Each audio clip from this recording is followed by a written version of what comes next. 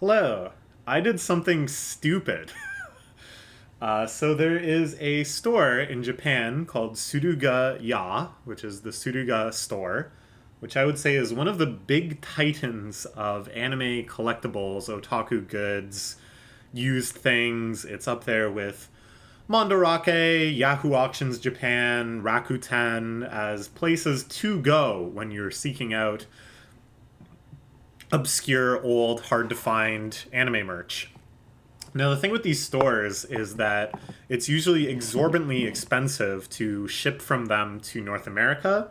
Typically, you have to use a forwarding service where it ships to another company in Japan that will then ship overseas to your address, which is very expensive.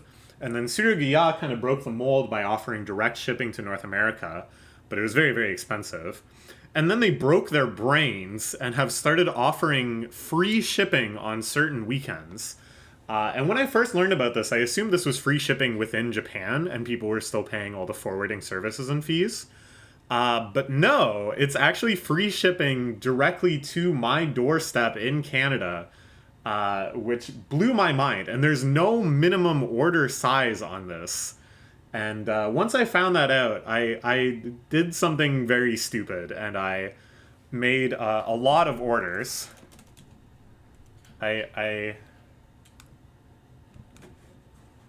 there you go. You can see on my table 6 giant cardboard boxes shipped all the way from Japan to Canada in under 10 days for free. It makes no earthly sense to me. There is no physical way they are not losing money on this.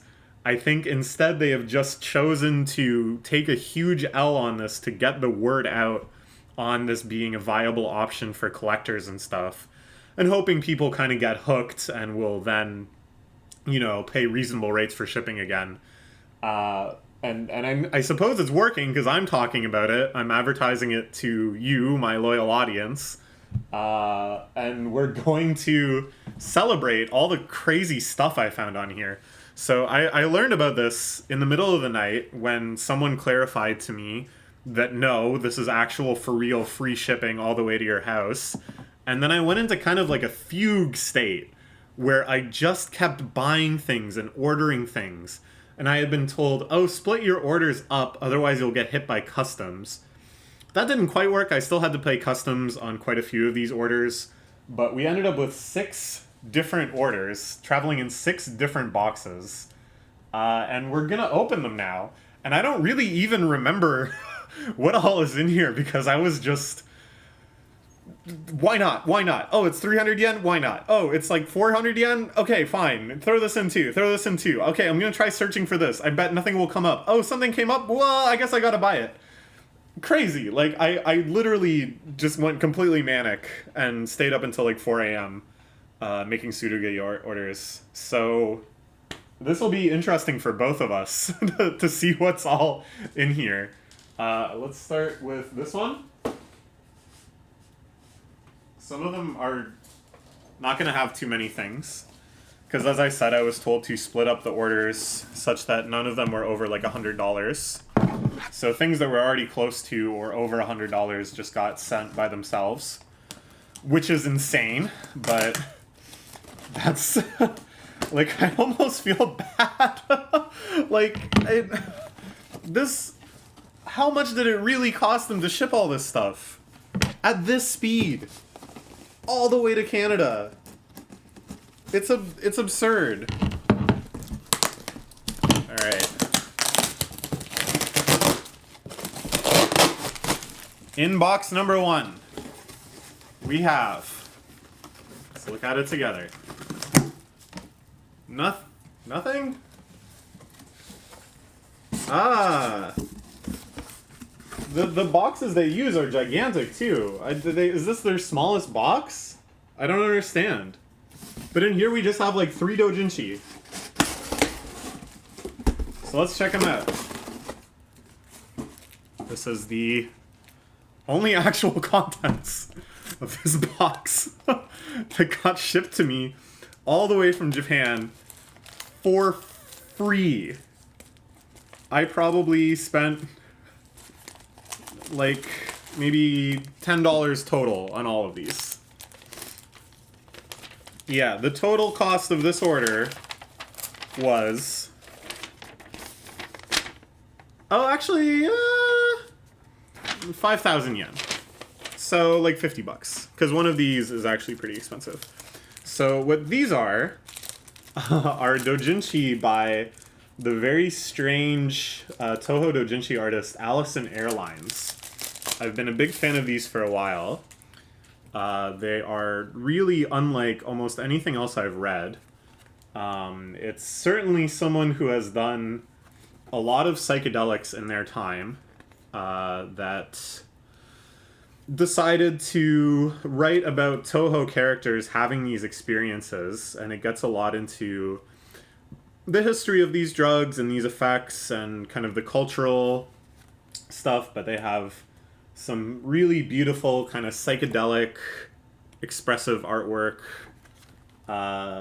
People who know me on Discord, I used this Marissa face as my Discord icon for quite a while. That was from this book. But they're neat. They talk about cool ideas. The characters have very interesting discussions. I think the art style is really fun. It gets really wild. So this one's about ayahuasca, which is like a very, very intense drug done largely in like South America that has like a very rich cultural history there. This one's about good old marijuana, which is legal in Canada. Very silly cover. She's doing the Snoop Dogg dance from Drop It Like It's Hot.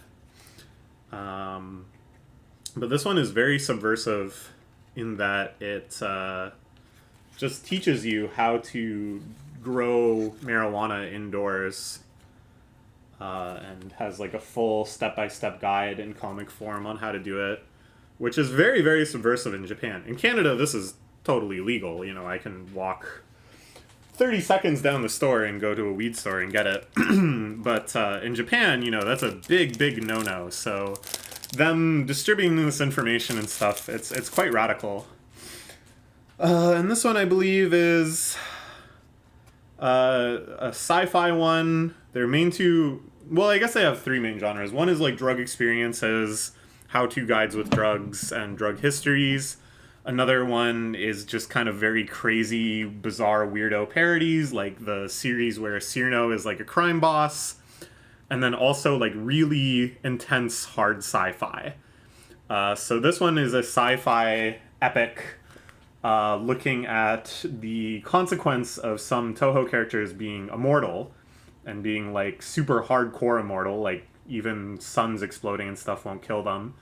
And what does it look like for them to be witnessing the end of the universe and stuff? I'm pretty sure this is this one. Yeah, I can remember this.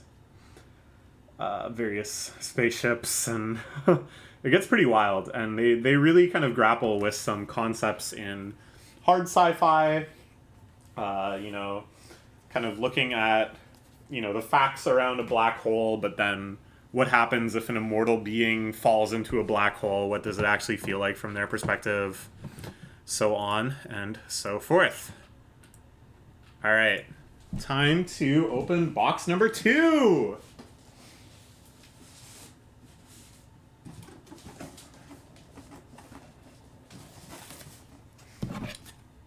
But yeah, really excited to see these. I would really like to meet this guy at like Comic Con or something and just kind of see what they're like. Because I feel like, especially doing this kind of thing in Japan, it's pretty wild. And I'm sure they have a lot of experiences that if we can overcome the language barrier, I'd be very excited to learn about. I follow them on Twitter too, where they're usually pretty normal. They're just kind of tweeting about their day-to-day, as most people do. This is probably a rancid noise, I'm sorry. But, you know, that's what you gotta do. In this one we have...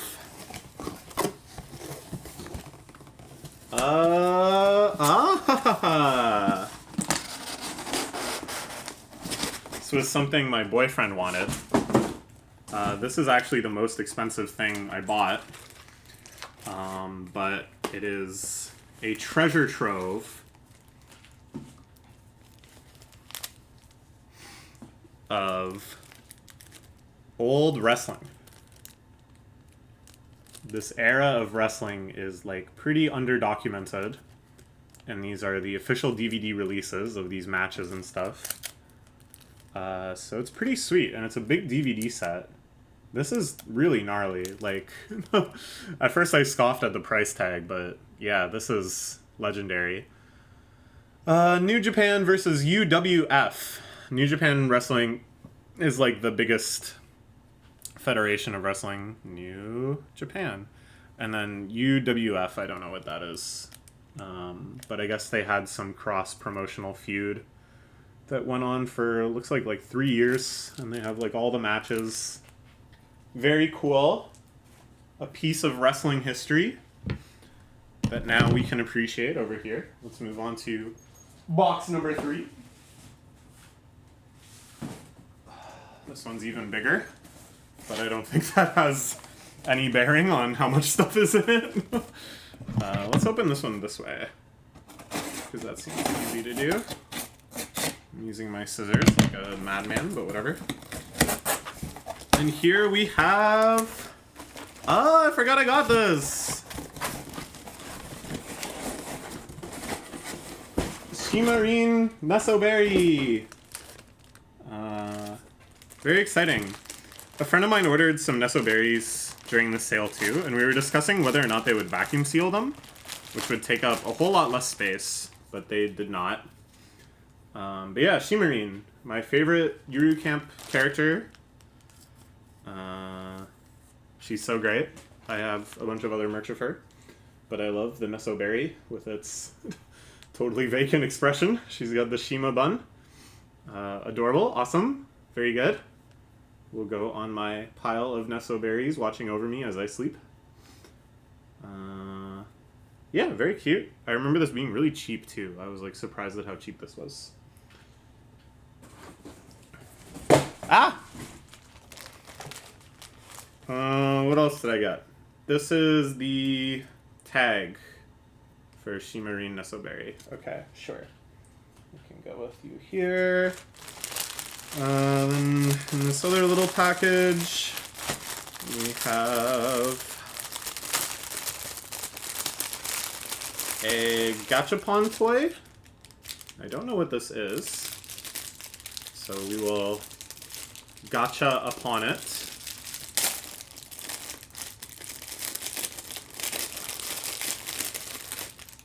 And all this stuff was like crazy cheap, like a couple bucks each, you know? It really felt like as I searched for things, like how could I not? How could I not was the overwhelming feeling. Ah, yeah, this is a little gachapon figure of Kaku, who is one of my favorite characters in One Piece. And there isn't a whole ton of Kaku merch, so I just searched him up specifically, and I was excited to find this little gachapon toy. Very cute. Good, good. Here we have my favorite chiptune album ever, Family Genesis by YMCK. There's probably a couple songs on here, if you've been in kind of like the rhythm game community, you might recognize. The song Rain has made, in many rhythm games, a lot of charts. They're a really cool band. They have just like a very bright, cheerful style, but sometimes have like really dramatic, epic song structures too. Really giving you the full scope of like playing an NES game at the time. Oh, we got full lyrics here too. The vocalist is very cute. This is maybe good Japanese practice for me to translate the untranslated lyrics. But yeah, really, really cool stuff. All their pixel art and aesthetics, I think, are top-notch too. And then, something really neat they did is they actually released, completely open, totally free of charge, no licensing, whatever, all of the synthesizers they use to make their chiptune. So you can create in like the sound fonts and stuff they use your own chiptune music, which I thought was really neat because they have such a crisp, authentic kind of sound. This is Early Birds by the Icelandic band Moon. I really like this band. I've been trying to track down all their old albums that I really like from like the era where I was a huge fan of these guys. But they're all really hard to find. Most of them have been out of print for a long time. But for some reason, this Icelandic album was on Surugaya for, I can't remember how much, but something cheap, even though I've like barely ever seen this in person.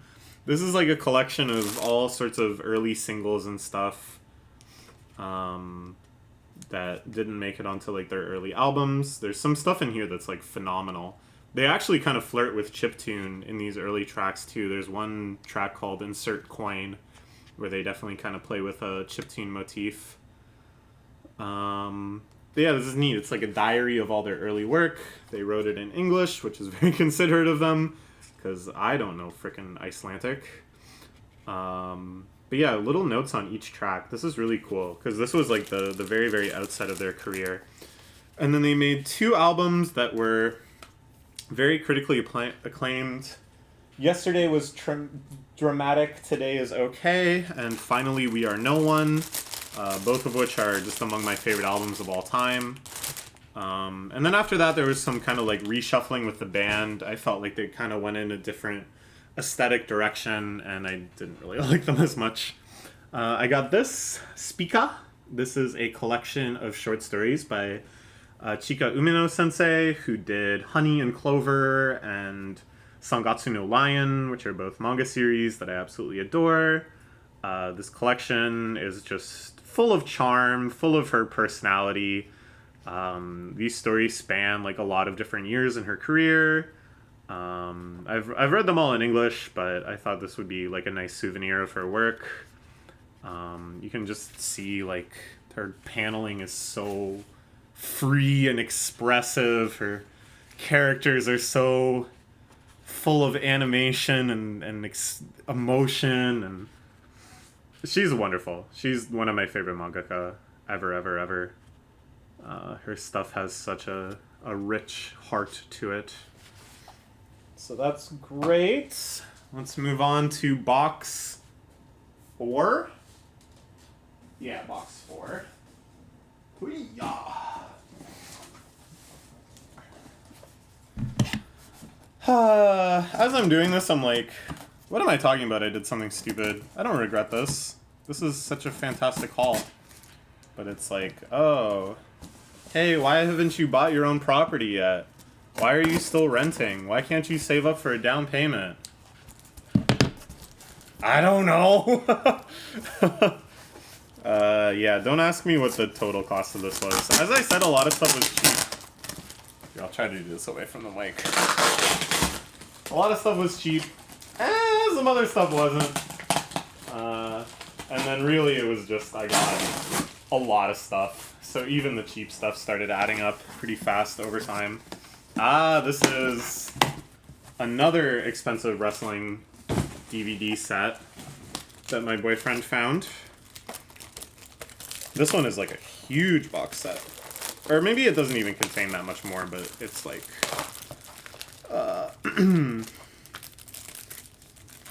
it's physically bigger.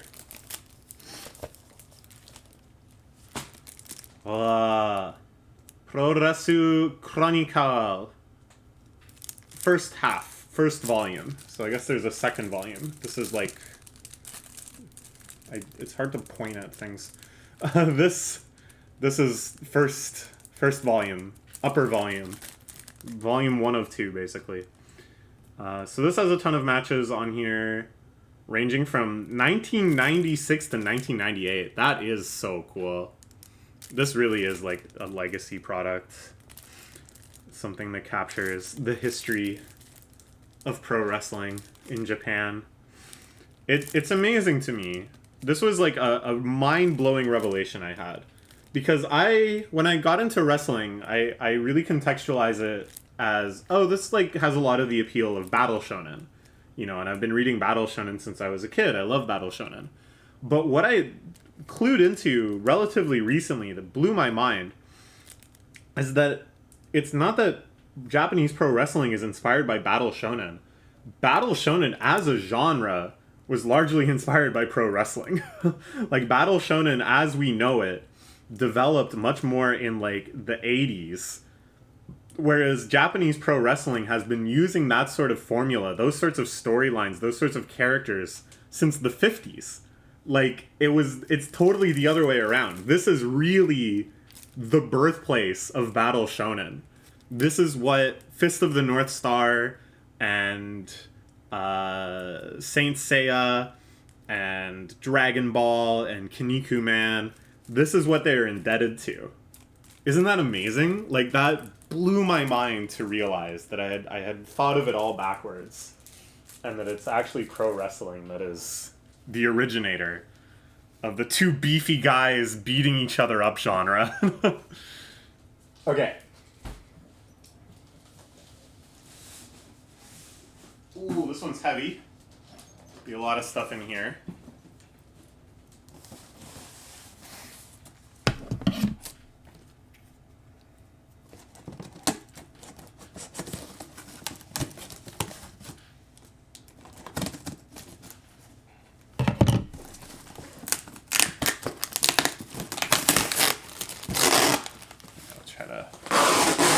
Minimize how grating that sounds.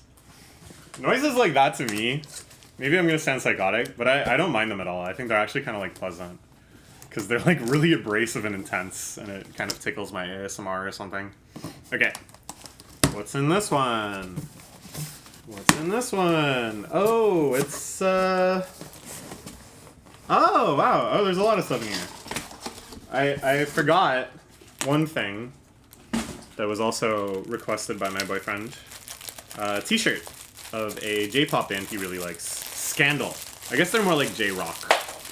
Ah, something fall.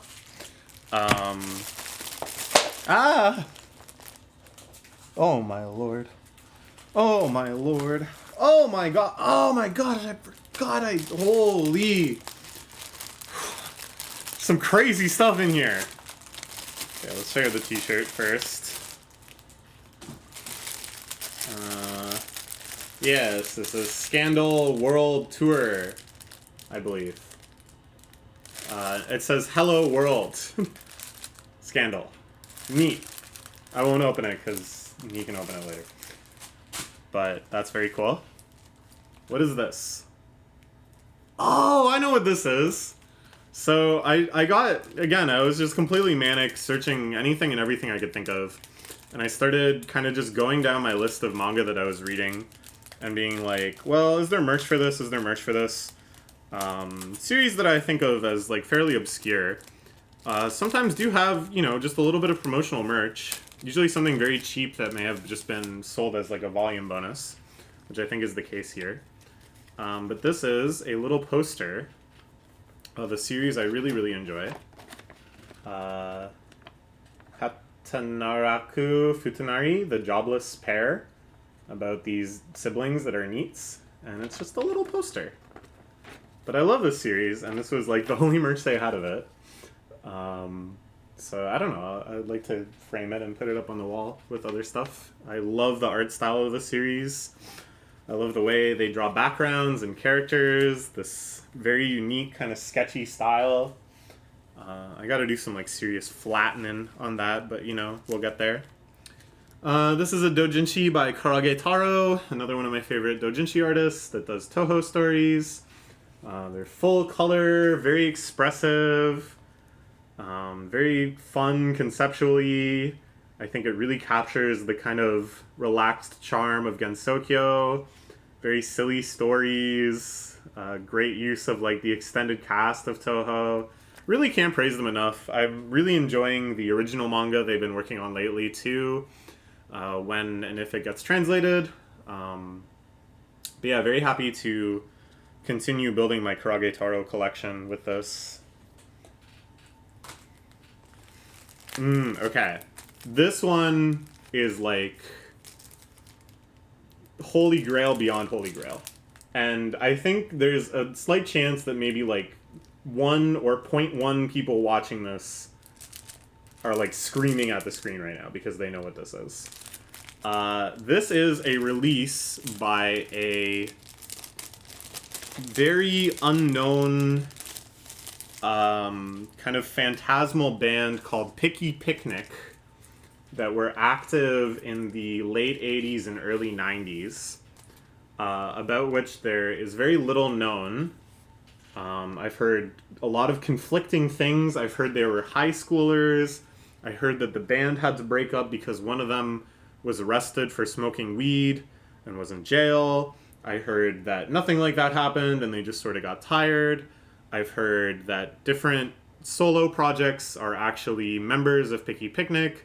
One of them I know for sure is the case, but other ones I don't know, and it seems more disputed. Their music is, I think, absolutely phenomenal. It's like nothing else. It's sort of like weird, manic, disturbing children's music. But what really strikes me is that it feels like they've captured... a lot of their music kind of sounds like video game music, or maybe like the music of like Yellow Magic Orchestra, things like that, those sort of compositions. The kind of like looping and iterative compositions, but it's like kind of a distorted parody version of those that seems to anticipate like Earthbound or Yume Nikki or these more kind of like art games that take what we expect from video game music and subvert it and make it unsettling or dissonant or just weird in general. And the fact that they had anticipated kind of all of that and how, popular, how much of a fandom, how much of a cult fandom that sort of music would have, releasing these 7 inches. A lot of these recordings say they're from like 1985. It's like unreal. So I've loved this band for quite a while. I encountered them on Rate Your Music using a technique I enjoy where I choose kind of obscure albums that I really like and I see who's rated them 5 stars and then I see what else those people have rated 5 stars, and I encountered Picky Picnic through one of those. Their releases are pretty limited. There's like a cassette tape that I think I will never encounter in my life, and then a few 7 inches like this one, and then one CD near the end of the career that I think has some of their finest work that I have seen go for sale once and only once on Discogs for $900. So I think that will take a little while for me to track down. Oh, they have lyrics too. As I've been listening to this music, it's, as I said, it's kind of like weird, eerie kids music. So a lot of the lyrics I can understand. But this is awesome to get, the actual confirmation of what's being said and study that some more. This is so cool, the way each page is stylized. Like, it's so weird because in some ways this is like very high production value and very high, intent, and obviously they had a very strong artistic intent that they were working with, and yet it's remains so obscure and so like nobody's talking about this. And this is probably one of the only videos that goes in length about Picky Picnic and who they were and stuff. Maybe in Japan there's more discussion, but I've even looked, like I've tried to find where it's being discussed in Japan and there's like nothing. And just owning anything at all that's like physical proof that this band even like exists, that it's not just some sort of hallucination that my computer produced one day, is phenomenal. And I was like floored when I found this searching on Surugaya. I could not believe my eyes that something came up in the search results for Picky Picnic. Amazing. I'm so happy to own this. This immediately jumped up to one of my most prized collectibles. I would love to continue tracking down their output, but it's going to be tough. Check this band out. I'm sure you can find all of their music on YouTube. It's wild. It's so cool. I love it so much. Okay. Get out of here, keyboard.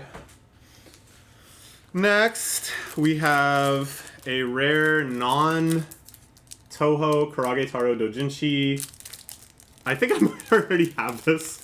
I have the rest of my Kurage Taro collection here, so I was making sure I wasn't buying duplicates for the Toho Dojinshi. But I couldn't remember if I had this one or not, the Madoka one. I don't think so, because I haven't read this. I don't think it's been translated. So maybe I'll have to like puzzle through this with my own Japanese. Oh, cool, it's got a board game in the back. You can play as Homura. Yeah, it'll be really interesting, because I've only read his original work and his Toho Dojinshis. So it'll be curious to see how he writes these other characters. Especially since the setting of Madoka and the setting of Gensokyo are worlds and worlds apart. Very nice. I like this picture of sweets on the back. And this is another Kurage Taro Dojinshi. This one is thick. I think this is a compilation of several doujinshi about these characters, if I recall. Maybe not. Can't remember. Some of this I'm pretty sure I haven't read. Some of this may not have been translated. So again, that might fall on me. I may have to gambare. I think this is like earlier in his career. You can see the characters are still adorable and super expressive, but it doesn't really have the detail necessarily of like some of his later work. But very cool. Another Kurage Taro one. This one I've certainly never seen in person before. I think another earlier work before he switched to full color. This one I don't think I have seen translated as well, so... I tried reading some of the other ones, where obviously I have the huge advantage of having read them before in English, so I kind of know what's going on. But I was happily impressed with how well I could like puzzle through a lot of sentences. It was just very, very, very slow going. And again, yeah, it would be definitely a lot harder if I didn't already kind of know what they were talking about. So, you know, we'll keep doing our best. And then finally, we have a Hidamari sketch art book. This I don't think is particularly rare. I had seen it in stores before, but it just was so absurdly cheap on Surugaya that I just had to take the plunge. It's pretty neat. It looks like it's episode by episode, day by day, since each episode is only one day. But it indexes a lot of stuff like the intercut cards and like kind of prop depictions and stuff. All the things that make Shaft's adaptation of Hidamari sketch so unique and so wonderful, and still, in many ways, my favorite anime of all time. In other ways, second favorite anime of all time after Sangatsu no Lion, but always top two. And in the back, a huge, intimidating interview that I'm sure would be fun and fascinating and cool to read, but is just so overwhelming. I don't even know what this is. This is like a huge list of credits, I think. I think this is crediting like every person who worked on every episode. Oh my gosh. What does this mean? Staffu Listo. Yeah, staff list. Amazing. And then a guide to sync up. This is like an index. This is an odd comic in the back. But yeah, this is really neat. Lots of concept art, character art, stuff like that. This is so great. In the end, I am still a huge Hida sketch fan. Something that definitely added to the mania the insane manic feeling I had searching, was that Surugaya is super inconsistent in how you're supposed to search in English. First off, you can't really just search in Japanese, because that's would be easiest to just search the Japanese title in Japanese. No, they only want Romanji searches for the English site. Okay, sure. But when I searched Hidamari sketch, a whole bunch of results came up. And then when I searched Sunshine sketch, which is the official localized title, a bunch of search results came up. And then I was like, oh, so I gotta, like, come up with any possible localization. And then some of them had just, like, weird localizations that they had come up with, because I think whatever algorithm they used to translate it sometimes recognizes that it's a title and, like, transliterates it. And then other times doesn't recognize it as a title and just gives you, like, the English words. It was insane. I still feel like I have not seen even, like, half of the stuff on the store that would interest me. But that's for the next free shipping sale. Okay, we're moving into the final box here. This is another big heavy one. This has been quite the odyssey. I hope you've enjoyed this. I've been enjoying doing this, for sure. We'll cut this one from this end again.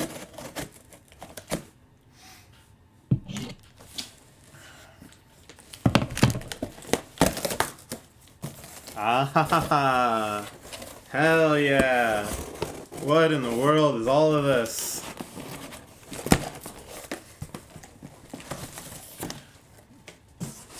It's a lot. Oh, there was something from the last package that fell on the floor at first, and I didn't talk about it. It is another Shimarine. This is the tiny little Gachapon Shimarine. Love me some Shimarine. Okay, in here we have Umino Sensei of Sangatsu and Honey and Clover fame. Always draws herself as this strange bear wearing a beret. This is like her self-avatar. And they made a plush of it. And I thought it was very cute. And it was like 300 yen or something absurd. So how could I not get it? And it's actually much bigger and much more well-made than I expected. I thought it was going to be a teeny floppy little thing, but it's very cute. It can hang out with Shimarine Nesoberry. I only got one Nendroid, which surprised me. And I looked through all of the Nendroids, and this was the only one I really wanted for, like, the price.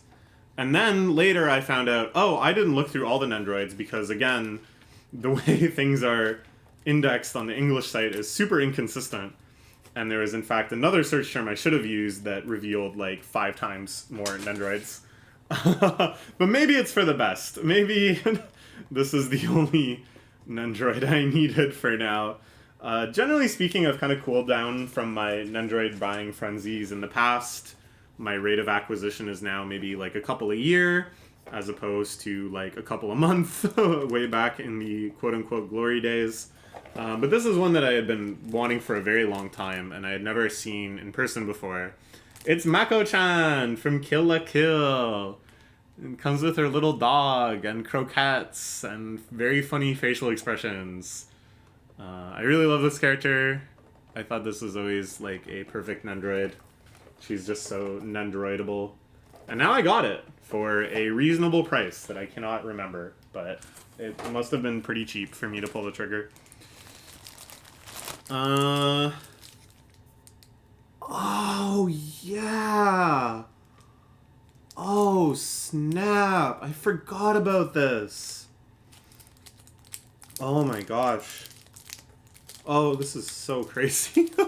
Okay, so there's an artist called Imitation Crystal that made a series of doujinshis I really liked called Game Club. I've talked about it on the channel a few times before.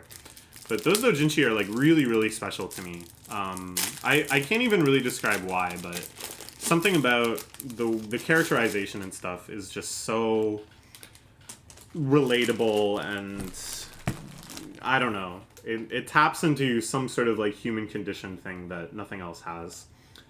And then I've read Oh yeah, so I love that doujinshi so much that the final volume of that doujinshi series is actually extremely rare, and I was looking for it on Surugaya just out of curiosity, and it was like $200 standalone. But in the past, when the Scanlation group was trying to track that down so they could finish scanlating the series, I actually bought the complete run of doujinshi for like maybe 250 or 300. I used the forwarding service and everything at the time. I found it on Rakuten, which in retrospect was actually a really good deal. But it was mostly just so I could scan the final volume. That was just a story to show the magnitude of my love for this artist and for their works. So this series, or rather this artist, had put out a ton of other stuff too. Some of which has been scanlated, some of which hasn't been. But it was all collected in this tankobon, which I'd never seen before. It's really cool. I'm really happy to own kind of more physical stuff by this artist because I just really love their stuff and explore their work some more. I think most of their work is like very fantastical. Game Club is quite an anomaly and just being kind of like a really down-to-earth human drama about people in a high school game club. But I don't know, these all look so interesting. So we'll see. I think this will be a big challenge for my Japanese. Kurage Taro's stuff I think is not super difficult to read, but these might be a little more literary. So yeah, we'll check it out.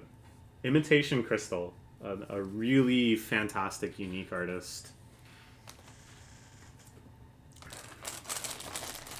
Okay, next we have a whole bunch of gachapon toys that they stuffed into this bag.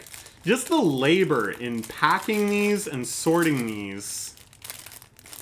It's absurd. And it's all free. Okay, this is a little gachapon figure of Shima-kun from a series of manga that recently has been being scanlated by the scanlation group that I really like. They were doing Sangatsu no Lion, Hi wa Mata Noberu, or The Sun Will Rise Again scanlations. Started doing this very famous in Japan series about a businessman named Shima, who rises the ranks all the way up to the president of the company. Currently, you know, we're reading the chapters where he's just like regional director or whatever. But I was curious if there was Shima-kun merch, and there he is. There's my guy. I kind of wish I had gotten all of these, but I got the one from the first series, which is the one I'm most familiar with. But it's pretty amazing. It's been running almost non-stop since the 80s. You know, cumulatively dozens and dozens and dozens of volumes, all just detailing this guy's ride to the top. Some of the hardest stuff I've ever seen to scanlate, because it's like this intense business terminology of them discussing like the potentials of different industries and stuff, and he'll get like assigned to go do like wine importing and stuff, and then the poor scanlator had to learn all this like wine terminology and in Japanese, and then learn what it is in English so he could translate it. It's crazy, it's crazy. Shoutouts to Cool 2012. This is actually something I got for some friends of mine that have pet parakeets. So maybe I'll just give it to them packaged, but it's like a tiny little parakeet matroshka. I thought it was so cute. Like, honestly, if I had even been thinking... I just coincidentally saw this because I was looking for the band Matroshka, and I saw they had little figurine matroshkas. But if I had been thinking more about like gifts for people too, like birthday presents and Christmas presents, I could have spent like 8 times as much. So maybe it's better that I didn't, that I was very selfish and thought only of myself. Here's a little gachapon of her and her cat. It's very cute. This comes from a series of Hidamari gachapons where I have some of the other ones, but I didn't have this one. So I was happy to find that.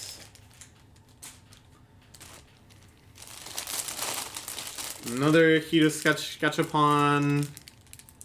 Just Yuno's face rubber stamp. Actually, this probably isn't gachapon, because it wouldn't have this packaging if it was. Yeah, very cute. Love Yuno. Still one of my favorite anime characters of all time. She is just so lovely.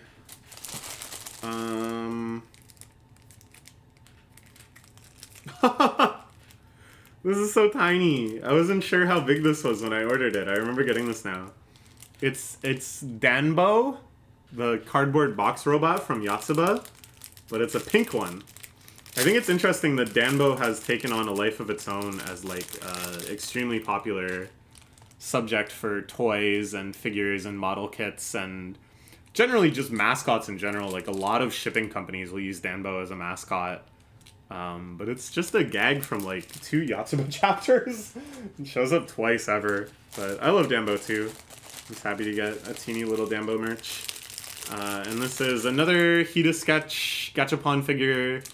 Aoki Ume Sensei, the artist of Hida Sketch, also has like an avatar. They always draw themselves as this Metapod.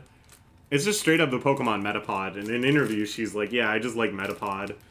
But somehow Shaft and everybody got away with just like making merch of Aoki Ume as the Metapod and putting her in the show and stuff. I was like, I guess Nintendo just doesn't know, or they don't care. But yeah, it's the Ume Metapod. Very good. Alright, we're getting near the end. This is super triple completely bubble wrapped. I don't know what it is.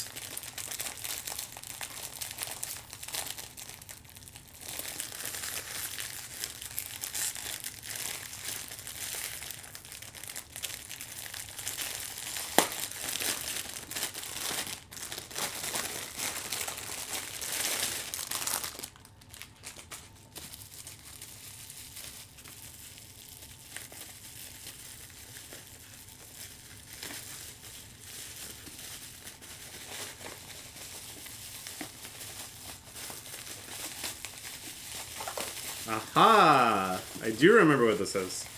It is a Sangatsu no Lion teacup.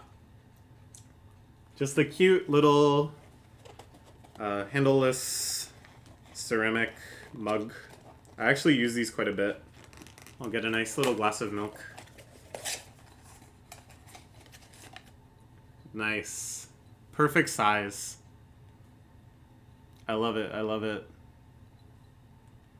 Now the thing with this is, if I use it, and especially if I use it in my dishwasher, it's gonna fade. But if I don't use it, I don't get to use it. So what do? I'll probably use it. Very cute, very cute. Very happy with that.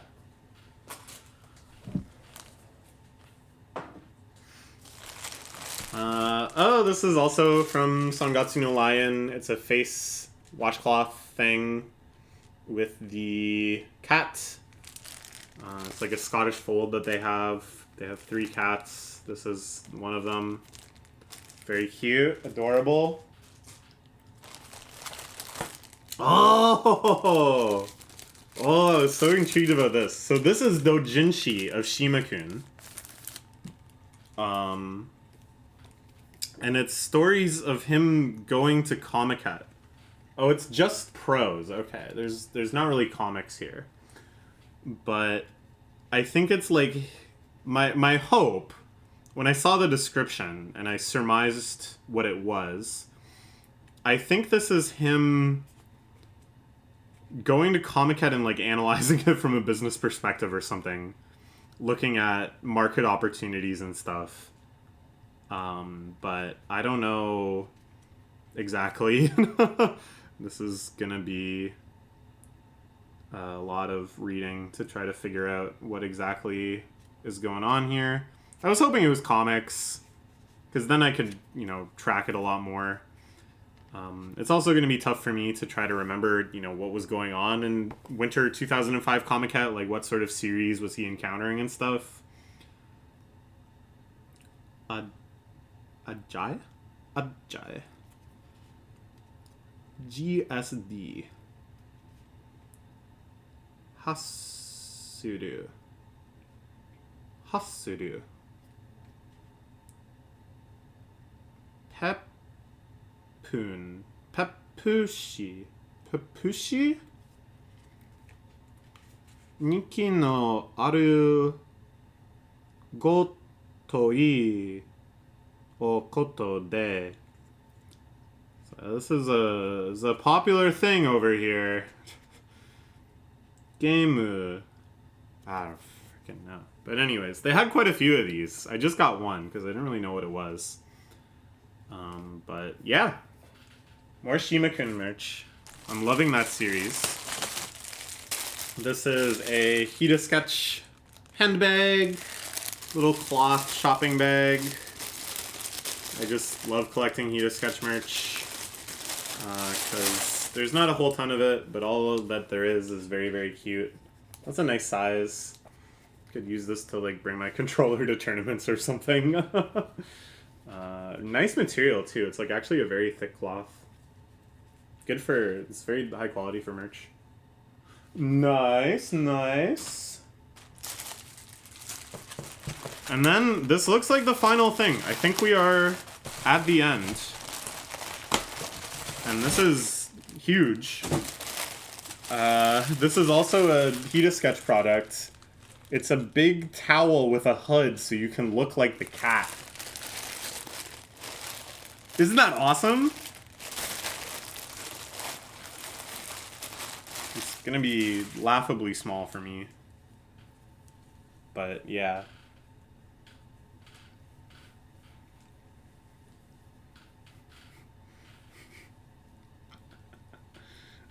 Yay! Yay! It's actually pretty cozy. It's nice and soft. Okay. That's it. That's my haul. Here, you can see there's some garbage on my desk too, but you can see the big pile of garbage that's accumulated on my feet. And then the pile of stuff over there. Sorry, my hand is shaky. Crazy, crazy haul. Like, I think I paid a reasonable amount for the stuff I bought. Just insofar as Japan is very collector friendly when it comes to pricing things like this. There's no kind of like excessive luxury tax on it or something. But instead they really aggressively price things to move, even for like very niche products. But the fact that I got it all shipped here in Canada for free will never make any sense to me at all. And yeah, that's, I think, all I got to say. That was a lot of fun. I hope you guys had fun too. I'm gonna have fun figuring out where this stuff will go and what it will decorate and try to read some of this stuff. I'll see you next time Surugaya has a free shipping sale. Maybe I won't go quite as insane. But even like as soon as the free shipping sale ended, I thought of more stuff I wanted to buy. Okay, that's all for now. See ya.